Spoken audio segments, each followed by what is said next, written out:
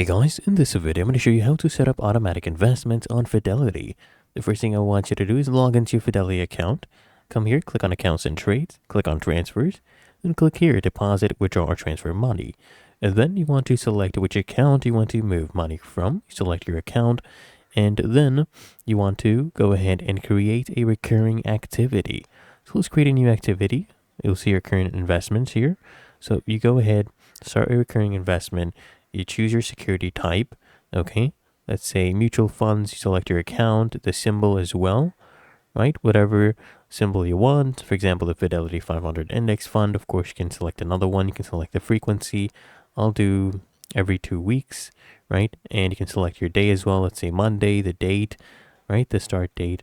And the symbol you can do, let's say McDonald's, right? And then you enter your amount, and then you can preview it and begin your automatic investments on Fidelity. If you found this helpful, make sure you smash the like button and subscribe to App Mentor.